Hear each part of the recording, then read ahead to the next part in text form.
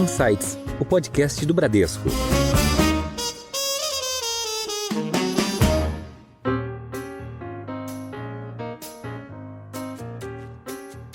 O Brasil também tem que acelerar essa agenda verde, apesar de ter uma matriz limpa, de ter uma concentração grande da indústria de transportes que usa biocombustíveis, mas é por isso que a gente tem que acelerar, porque senão não vai dar tempo. Uma redução de 25% ela é relevante, né? E 2032 tá logo ali, né? Mas particularmente no Brasil, você tem 1/3 dessa conta do Net Zero tá em combustível em geral, né? Então, assim, a matriz energética ela é um pedaço da conta, a gente já fez um progresso muito grande, mas não podemos esquecer que o Brasil é um país que tem, por questões aí históricas, um modal rodoviário muito grande e basicamente em cima de diesel, né? Olá, tudo bem? A gente acabou de ouvir alguns destaques de hoje, mas tem muito mais. Eu sou a Priscila Forbes e este é o Insights, seu podcast semanal com ideias que provocam um novo jeito de pensar. O Brasil é protagonista na transição para uma economia verde. Uma das bases para essa mudança são os biocombustíveis, e nosso país sai na frente nos recursos para produzi-los. A gestora Tivio Capital elaborou um estudo sobre este potencial do país e como isso pode gerar diversos investimentos. Para detalhar esse estudo, hoje nós vamos conversar com Henrico Trota, Head de Research da Tivio Capital. Henrico, bem-vindo ao Insights. Obrigado, Priscila. Muito bom estar aqui com vocês hoje. Quem está conosco também é o Rodrigo Freire, gestor de energia e estrutura da Tivio Capital. Rodrigo, bem-vindo também ao Insights. Obrigado, Priscila. Obrigado, Falanga. É um prazer aqui conversar com vocês.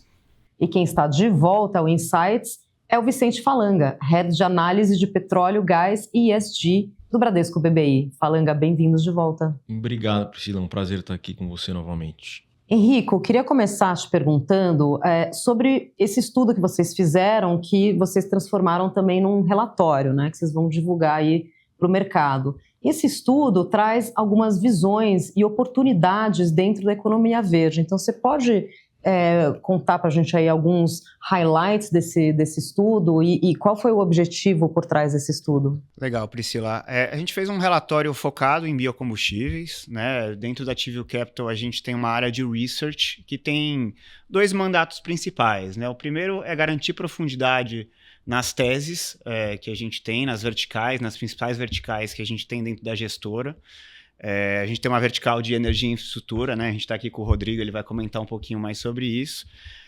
E a gente tem o foco de ter um produto focado em transição energética.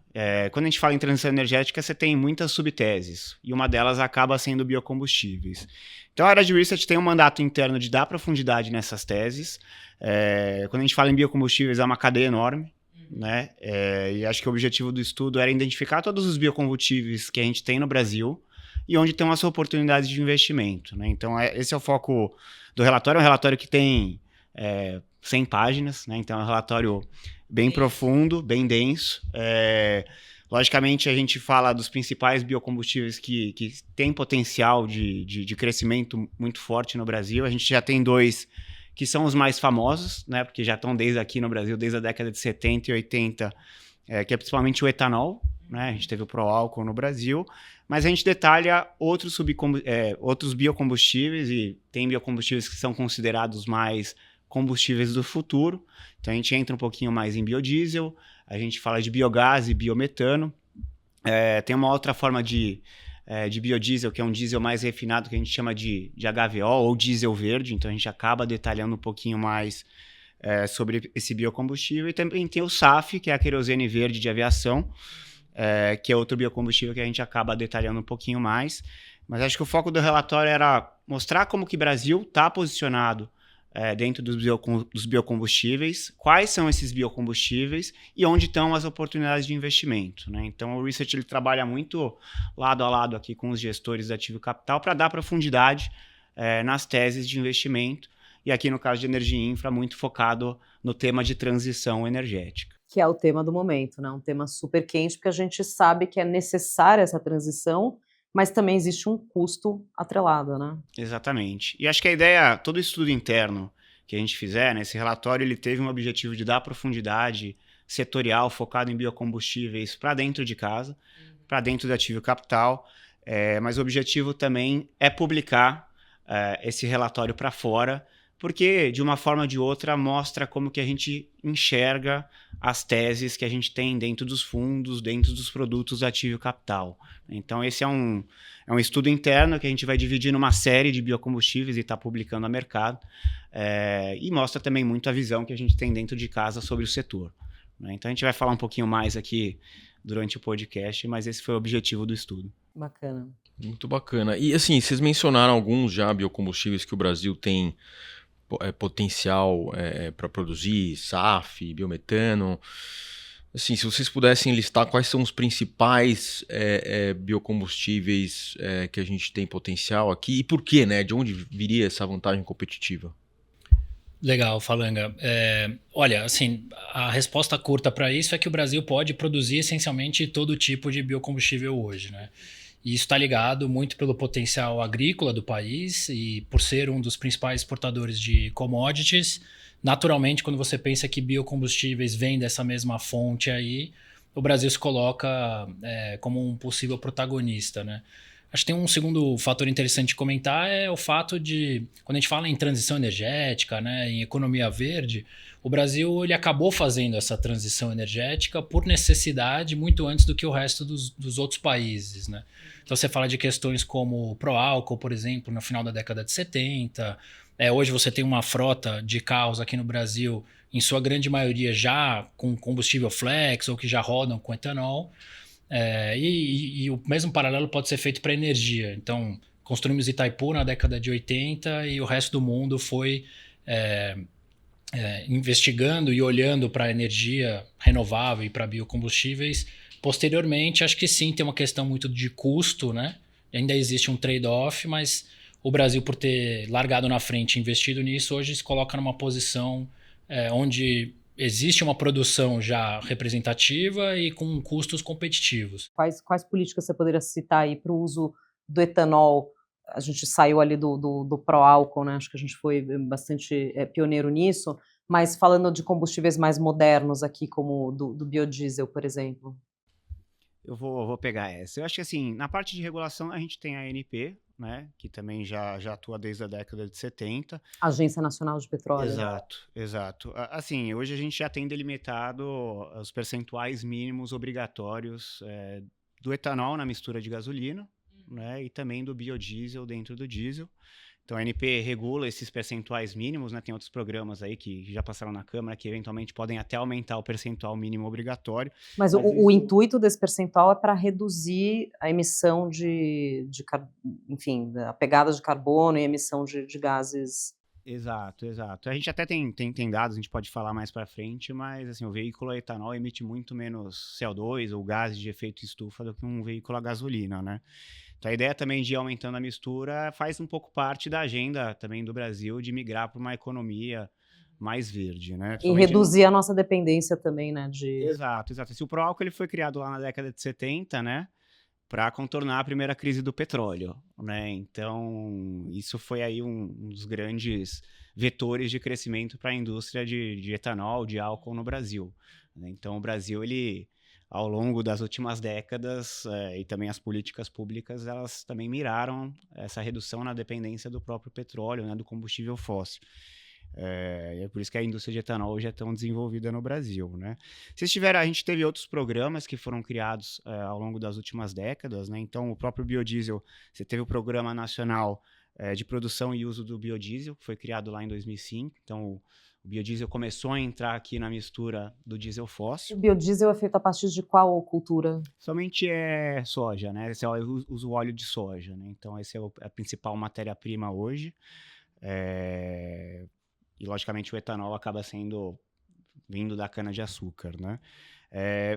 A gente teve políticas mais recentes, você teve o RenovaBio, né, que acaba sendo uma política nacional de produção de biocombustíveis aqui no Brasil. Foi feita lá em 2017, né? Então, é para estimular e, de fato, aumentar a participação dos biocombustíveis dentro da matriz do Brasil, né? Inclusive, a gente teve a criação dos CBIOs, né, que funcionam como créditos de descarbonização, são negociados na Bolsa, na B3, né? Então, você teve o RenovaBio, que foi criado lá em 2017. E aí, mais recentemente, né, acho que tem ganhado também um pouco mais de destaque na mídia, até porque o Brasil tem liderado a presidência lá do G20, né? Então tem toda essa agenda verde que é globalmente, e o Brasil também é muito importante dentro desse contexto, mas a gente teve o programa Combustível do Futuro, na verdade ele foi lançado lá em 21, ele foi remodelado, passou na Câmara agora em março desse ano, mas a ideia é incentivar a pesquisa e desenvolvimento de combustíveis do futuro mesmo, tecnologias novas que ainda hoje são mais incipientes no Brasil, e aí passa muito por biometano, né, que aí também, de fato, é criar um programa nacional de biometano hoje no Brasil. Envolve o diesel verde, que é aquele biodiesel mais refinado, né, porque hoje o biodiesel você não consegue colocar ele no motor de combustão diretamente, né, ele tem que ir na mistura, ele gera muito resíduo. O diesel verde é uma forma mais pura, que de fato é uma tecnologia que a gente chama de tecnologia de drop-in, que você pode colocar direto no motor a combustão. E também tem o querosene da aviação verde, né, que é o SAF, do inglês Sustainable Aviation Fuel. Também é outra tecnologia que o Brasil também teria muito potencial de desenvolver, pelo fato de ser o celeiro do mundo, de ter muita matéria-prima, né?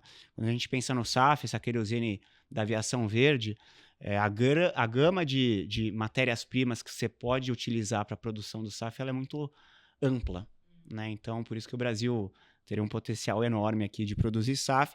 E acho que o programa Combustível do Futuro vem para tentar acelerar e dar incentivo também para esses combustíveis do futuro, até porque passa aqui muito pelo custo de produção, né? Então você tem uma ou outra tecnologia que acaba precisando no começo de algum incentivo fiscal, né? Então acho que o Combustível do Futuro, esse programa vem para endereçar isso, né?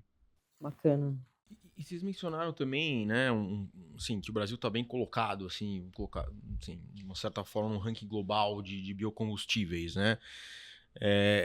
Quem que está na nossa frente? Quem que está despontando no nosso retrovisor aí? O que a gente tem que fazer, talvez, para manter esse ranking, né? Assim, como é que tá? Quem são os outros países que também, talvez, estão indo bem nesse ranking aí que a gente tem que ficar de olho? Legal. Eu acho assim, Brasil, por natureza, assim, por nascimento e vocação, de fato está muito bem posicionado, né? A gente falou um pouco do etanol, que os Estados Unidos têm uma produção grande de etanol de milho, né? Então eu acho que os Estados Unidos naturalmente teria muita vocação aqui também para exportar etanol. Tem outros países que têm despontado mais por necessidade, né? Quando a gente olhou o biodiesel, a Indonésia acaba surgindo como um grande player de biodiesel, até por conta do óleo da palma, né? Que é um país que é muito rico em palma, em óleo de palma. Então a Indonésia, no relativo aqui para biodiesel, é um país super bem posicionado. E acho que aí você tem outros países que têm desenvolvido também biodiesel, como a própria Alemanha, também por necessidade, né? A Europa acaba sendo muito dependente de gás natural. A Europa tem uma agenda mais forte aqui para a transição energética, né? Para uma economia mais verde, né? Então tem um objetivo lá de diminuir a dependência do carvão, né? Que acaba sendo uma fonte super barata de geração de energia, mas muito poluente, né? E aí, Henrico, desculpa te interromper, mas complementando, né? Acho que ali na Europa talvez você vá ter outros fatores, a própria, assim, fatores adversos ali, questão de geopolíticos, né? Exato. Então, assim, guerra. A gente viu a crise ali com o gasoduto. Exatamente. Né? E aí, naturalmente, então, assim, você tem essa agenda mais de desenvolvimento, vamos dizer assim, de fomentar, pensando na preocupação com o meio ambiente, e por outro lado, você tem pressão negativa ali. E questões como garantir segurança alimentar ou garantir um fornecimento de gás, né, ou para atender as necessidades energéticas, especialmente pensando que a Europa lida com questões climáticas, você tem uma conta de aquecimento ali que é alta, né, e algumas soluções surgindo. Então, hoje em dia, você já tem regras específicas que favorecem, por exemplo, a adoção de bombas de aquecimento solar. Mas aí de novo você volta para o Brasil, né, e pensa assim, o potencial é muito grande pela incidência de sol, pela produtividade do solo, pela extensão, né, de territorial. O Brasil é um país de extensão continental, ainda que só uma parcela pequena da nosso território seja usado para a produção de commodities e até de biocombustíveis, aqui você reúne todas as condições basicamente para de fato ser muito representativo aí. Acho que ainda tem algumas dúvidas em relação a quais desses combustíveis do futuro, quando a gente fala em combustível do futuro, para mim tem muito uma pergunta do que vai se tornar de fato mainstream ou não. Acho que tem a questão de custo, obviamente, mas tem uma questão também de faz sentido, não faz sentido, vai ajudar a nos levar, né, até onde gostaríamos de estar em termos de... Mas aí você está falando de viabilidade econômica, quando você fala de faz sentido ou não faz sentido? Ou talvez até a impressão que dá é que esse mercado ele é muito local ainda, né? Assim, à medida que ele for crescendo, você vai começar a ter mais... Biocombustíveis não é uma commodity globalizada muito grande ainda, né? Assim, quem que vai sobreviver ao longo prazo para ser de fato o exportador, né? Não sei se passa por isso também. Acho que passa por isso sem dúvida. Assim, vai haver demanda global, de fato. 2, os compradores estão dispostos a pagar o prêmio que se paga para ter combustíveis, enfim, de origens verde, né? Vamos dizer assim. Acho que essas são grandes questões. E tem outras questões, por exemplo, quando você olha a SAF, né? É um termo hoje super quente, vamos dizer assim, no mercado, mas quando você olha a representatividade disso na conta do Net Zero é muito pequeno. E, por outro lado, são investimentos, uma planta de SAF hoje é um investimento de bilhões, né? Então, eu particularmente gostaria de ver, a gente está de olho nessas tendências, mas acredita que são mais de longo prazo. Como isso vai de fato se desenvolver ou não, né? Mas quando você fala de demanda global, vocês acompanham a questão regulatória, né? Então, o que a Europa, o que os Estados Unidos estão fazendo em termos de, como nós fizemos aqui, de ter um percentual obrigatório de um biocombustível dentro do combustível principal, iniciativas nesse sentido. Então, isso já não garantiria, a gente tem como estimar, sei que é muito difícil fazer essa estimativa, né? Mas assim, os próximos, sei lá, 10 anos, crescimento dessa demanda global? Tem estimativa, acho que muito partindo de dentro para fora, sem dúvida, mas eu acho que você ainda tem fatores que são difíceis de mensurar, né? Então, particularmente o que você comentou, eu acho que se vi muitas nações saindo na frente e fazendo pledge de net zero. Então, queremos até 2050. O que eu não vi ainda foi um plano de como chegar lá. E agora estão saindo as primeiras contas, vamos dizer assim. A turma está fazendo conta, entendendo que é um esforço em termos de capital e de ciclos muito grande, né? Eu tenho dúvidas se chegaremos lá. Então, eu acho que esses fatores, eles vão... Você vê muita gente fazendo esse compromisso público, queremos, etc. Agora, como se chega lá? E naturalmente, todos os projetos, né, assim, dessa natureza, de infraestrutura, você está falando de ciclos de 10, 20 anos.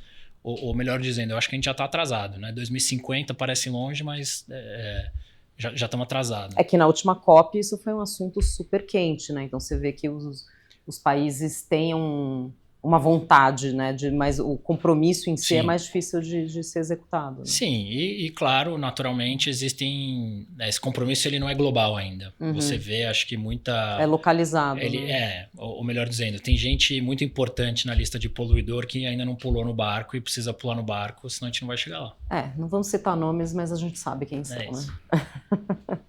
Vocês poderiam detalhar um pouquinho mais o benefício dos biocombustíveis aí para a transição energética, para net zero, né? Eu acho que passa um pouquinho sobre o comentário do Henrique aqui, que ele falou que o carro brasileiro etanol ele é mais limpo, talvez, que carro, né, movido a eletricidade, né? Acho que, enfim, se vocês puderem falar um pouquinho mais, detalhar um pouquinho aí quantitativamente aí sobre esses benefícios aí. Claro.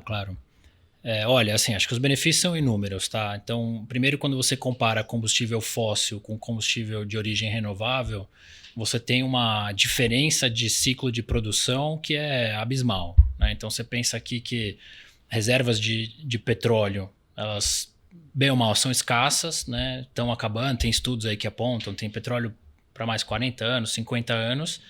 Uma vez que isso acabou, você está falando de literalmente milhões de anos para formar novas reservas. Então, isso não é um plano factível, né? Acreditar que isso vai se renovar, não pelo menos na nossa existência. E, por outro lado, quando você fala de biocombustíveis, são culturas, né? Então, você está falando de combustível que deriva de cana, de soja, então, por essência, você tem uma diferença brutal, que é ciclos de 12 meses, 24 meses, contra milhões de anos, literalmente, né?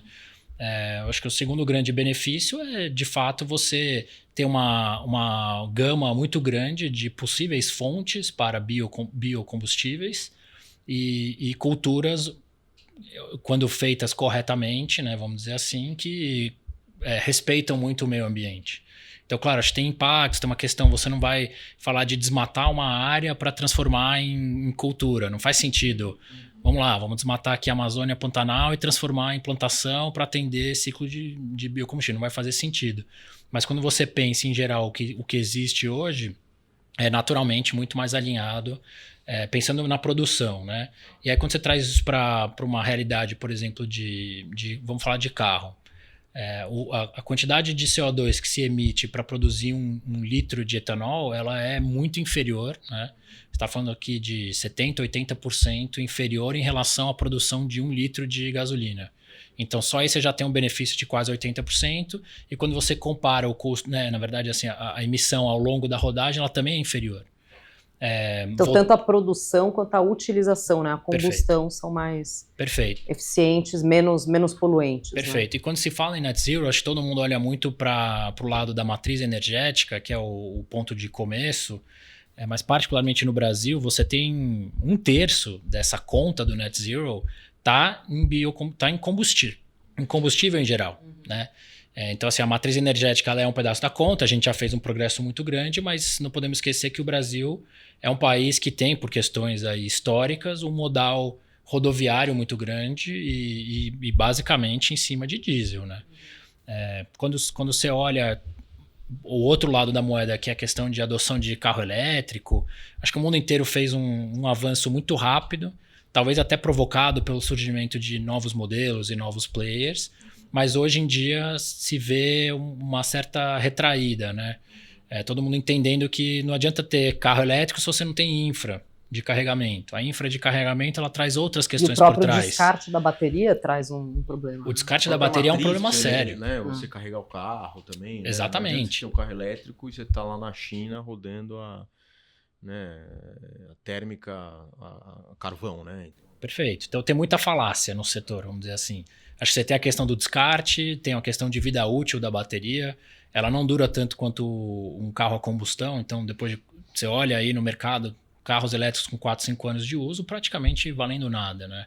E o que se faz com isso? E aí acho que tem um outro olhar que é a produção o movimento que foi muito liderado na Europa, né, de reduzir emissões e downsizing de motores, por exemplo, fazer motores menores, mais eficientes, ele na verdade é mais benéfico, inclusive, para o meio ambiente do que uma troca total para um veículo elétrico, porque você tem questões de descarte, a própria produção da bateria de lítio que se usa hoje, ela emite muitos gases, porém você tem uma questão de offset. Então, a bateria de lítio é feita na China, legal, ela está poluindo ali na produção, o carro elétrico rodando aqui, ele está poluindo menos aqui, né? Então acho que as falácias então, você cria, existem um déficit de pegada de carbono. Aqui ou lá. Mas então, lá você tem um superávit. Perfeito. Acho que tem muito essa questão também. Uhum. Legal. Queria te perguntar, Henrico, a gente falou muito aqui sobre questão de segurança alimentar, né, e a competição entre culturas, né? Então, como é que você está vendo aí a necessidade do uso da terra para a produção de alimentos? Isso é um desafio para a produção de biocombustíveis? Elas estão concorrendo diretamente, né? Então, qual que você deve privilegiar? Eu diria que hoje esse é o principal pushback, né? Que acho que o pessoal comenta sobre o biocombustível, né? O principal desafio do biocombustível, né? Que a cultura de cana, de soja, para a produção do biocombustível acaba competindo com o alimento, né? Então isso acaba sendo um dos grandes desafios que são citados quando a gente fala de produção de biocombustível. Só que quando você pega os dados, né? Você olha com um pouquinho mais de granularidade, você vê que isso não é tão factível assim para o Brasil, né? Então, acho que olhando alguns dados aqui, né? Hoje, se você pegar as culturas direcionadas a etanol, dá menos de 3% da área de cultivo que hoje no Brasil é destinado a alimentos, né? Então, o etanol ele é muito pouco representativo quando você compara com as culturas destinadas a alimentos, né? Se você pegar da área total hoje do Brasil, só 8% da área do Brasil é a área plantada, né? A área destinada a culturas.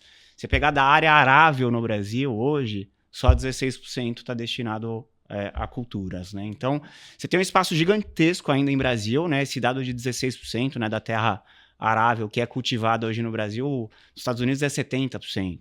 Na China é 100%, né? Então, o Brasil ele tem um potencial enorme ainda de explorar outras áreas que são aráveis para cultivo de matérias-primas aqui relacionadas à produção de biocombustível ou até alimentos, né? Então, hoje, para o Brasil, assim, quando você fala em competição de terra, você não tem uma competição grande. Na verdade, tem uma fartura de terra. Né? Exato.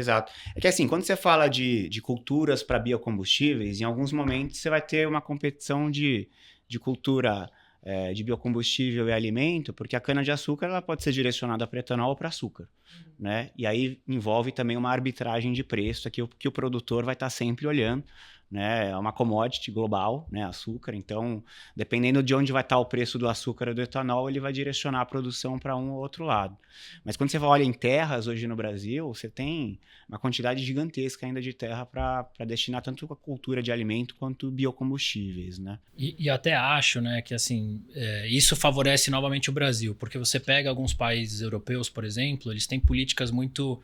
e que têm preocupações de segurança alimentar, até pela própria extensão territorial ou falta de competitividade no cenário agrícola global, onde você tem políticas muito restritas para financiamento de projetos de biocombustíveis, né? Então, nós da Tivio tivemos esse ano em algumas oportunidades visitando conferências na Europa, tentando atrair o capital estrangeiro para essas teses aqui, e você senta com um órgão de fomento europeu e ele fala, não, biocombustível, não, a gente tem uma política aqui que é no food for fuel, né? Não posso usar algo que vai para alimentar o mundo para desenvolver combustível. Então, isso, de novo, acho que acaba direcionando para o Brasil pela extensão territorial, pela falta de proibição, ou pelo contrário, por políticas de incentivo, até históricas, né? E claro, acho que tem uma segunda onda, talvez, de biocombustíveis que vai ser interessante de acompanhar, que são as culturas menos óbvias, né? Então, quando você fala de etanol, tudo bem, é açúcar, é milho, etc. Isso é muito óbvio.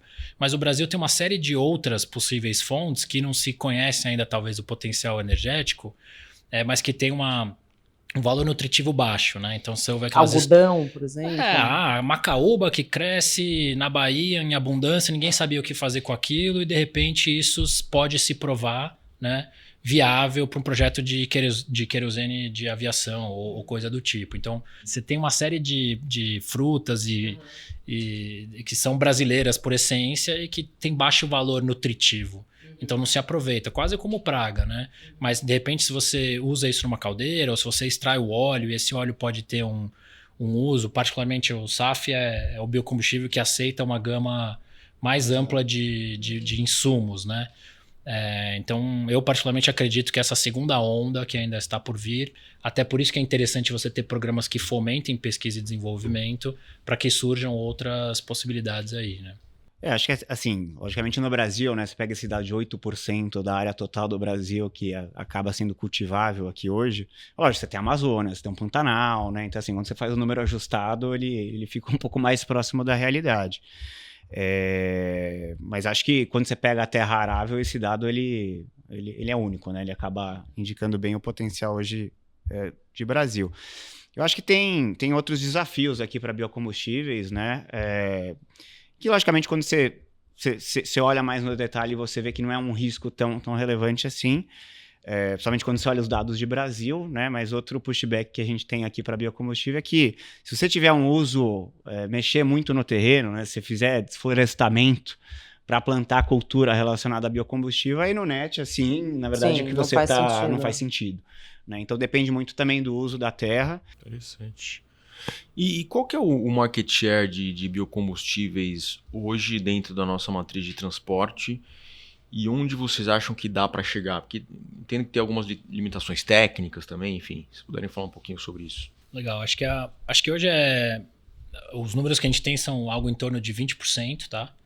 E na nossa avaliação está muito ligado com o que é obrigatório. Então hoje você não tem necessariamente uma demanda específica de biocombustível no setor de transportes, né? Até por uma questão de custo, mas você tem aí o papel, como a gente comentou, de política pública, ANP, determinando a obrigação. Então, acho que vai continuar nos próximos anos muito ligado a isso e existem, né? Assim, existem perspectivas de que isso possa aumentar e crescer até 30%. Nos próximos anos. Até um crescimento talvez expressivo, se você considerar nos próximos 10 anos, mas muito orgânico nesse sentido de sempre que houver um aumento via política pública, isso vai acabar impulsionando. Correndo por fora, tem essas outras tendências que a gente comentou. Se de repente SAF vira agora assim, uma preocupação global, o Brasil está bem inserido, aí você vai ver naturalmente uma participação maior, mas eu particularmente ainda vejo muito como o Brasil um potencial grande de exportador, né, de ser um exportador de biocombustível, e internamente eu acho que o que vai puxar o crescimento é muito política pública mesmo. Só complementando assim, se a gente olha só SAF, né, a demanda para o Brasil aqui de querosene de aviação dá mais ou menos uns 7 bilhões de litros ano. Globalmente esse dado vai para 390 bilhões de litros, né? Então se a gente falar aqui que o SAF pode de fato substituir a querosene tradicional, fóssil aqui para aviação, o mercado endereçável ele é gigantesco, né? Então, dado a gama de matérias-primas que você pode utilizar aqui para produzir SAF, dado o mercado global, acho que o Brasil está super bem posicionado mesmo nessas tecnologias novas. Logicamente tem um investimento alto, né?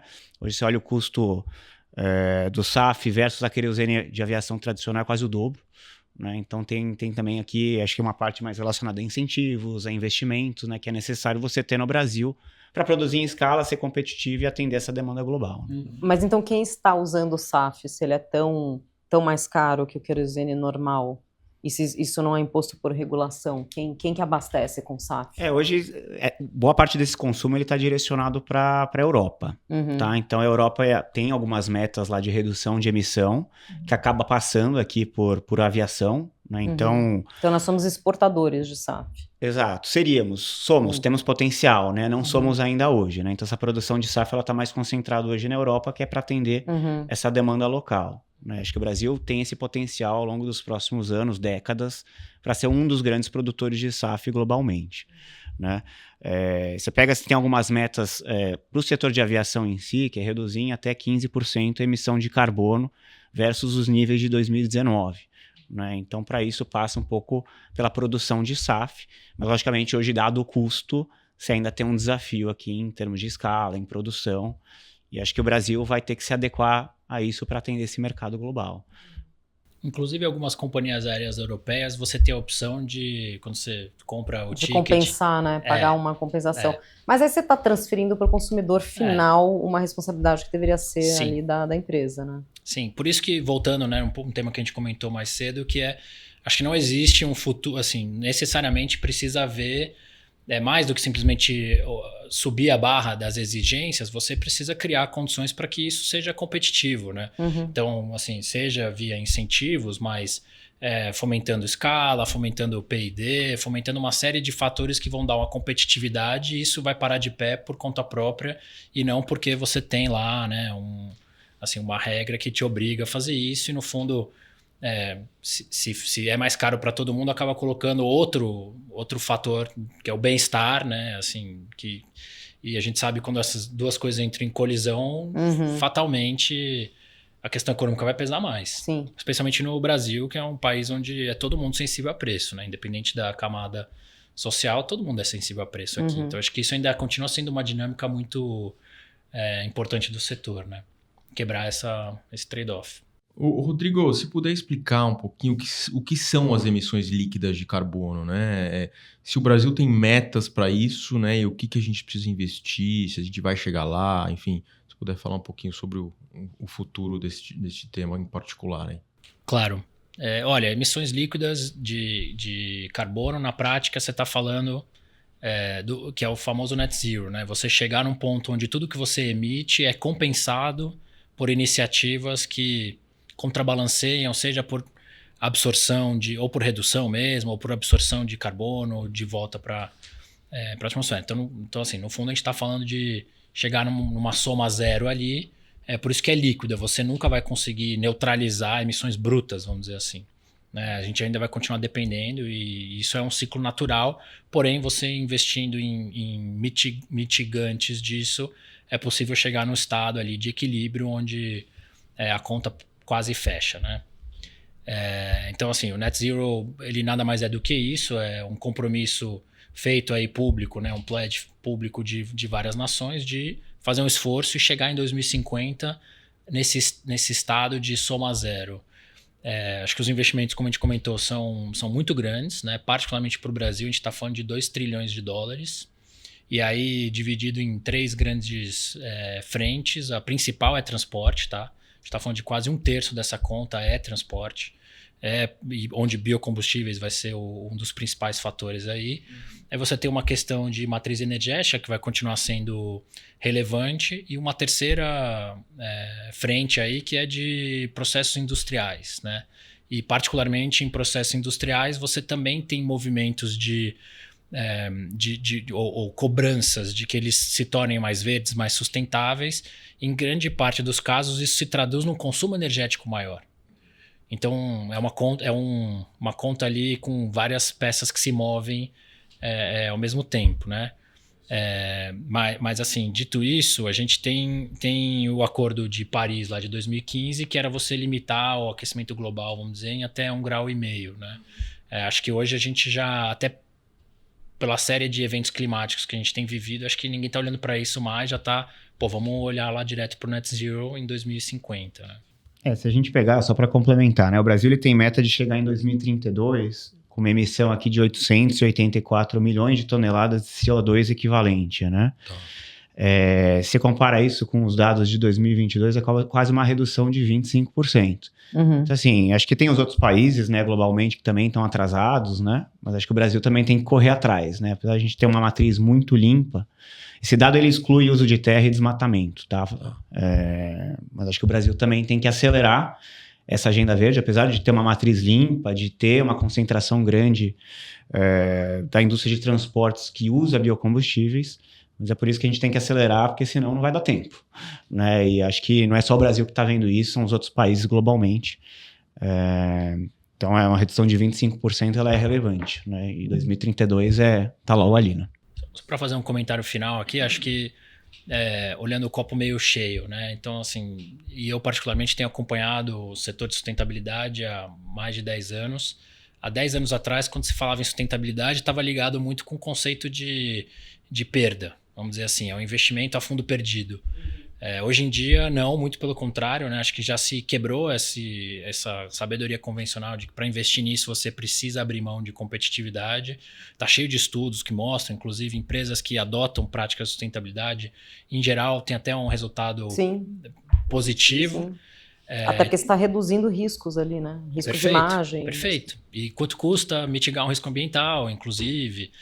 Então, acho que assim, olhando o copo meio cheio, acho que hoje existe um cenário muito mais favorável e vontade, né, assim, do capital estrangeiro de vir para o Brasil para apoiar essas teses e até os grandes players de indústrias tipo petróleo e gás sendo cobrados de ter uma atuação mais relevante ou de reciclar o portfólio. Então, acho que tudo isso vai acabar impulsionando bem. São ventos de cauda, vamos dizer assim, para o setor, né, particularmente no Brasil. Esse ponto que o Rodrigo falou, né, do net zero, né, que é você chegar ali vamos dizer, na zeragem da pegada de carbono, é um tema recorrente aqui no Insights. Inclusive, a gente tem a série Net Zero, onde a gente chama grandes empresas para contarem quais são as iniciativas que elas têm no sentido justamente de reduzir a pegada delas e tentar chegar ali no zero, né, que é o ideal. Bom, a gente está encerrando aqui a nossa conversa e a gente chega no momento das nossas dicas. Então, vou começar aqui pelo Falanga pedindo uma dica cultural. Falanga. Aproveitando que a gente passou aí pelo momento olímpico, né? Eu recomendo o documentário da Netflix da Simone Biles. Acho que é The Rise of Simone Biles. Eu assisti. Assim. Muito bom documentário.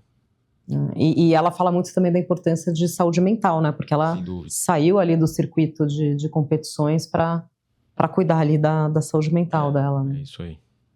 Você, Henrico, o que você traz para os nossos ouvintes? Vamos lá, vou aproveitar o tema de transição energética e vou falar de um livro que que eu li, na verdade é um conto, tá? Ele chama O Homem que Plantava Árvores. É um conto de um escritor francês que chama Jean Giono. Uhum. Ele escreveu esse conto na década de 50, acabou virando livro só na década de 80, até fizeram um curta-metragem que ficou famoso, mas basicamente é a história de um pastor francês. Ele vive numa região lá da França que é super árida, não tem vida, não tem árvore, e esse pastor começa um processo de plantar árvores nessa região, e é um processo gradual, processo lento. Então todo ano ele planta árvores e ele vai repetindo esse processo ao longo de décadas. E o narrador, né, que interage com esse pastor, ele vai voltando para a região ao longo dessas décadas. Uhum. E a região muda totalmente, né? Acaba nascendo uma floresta,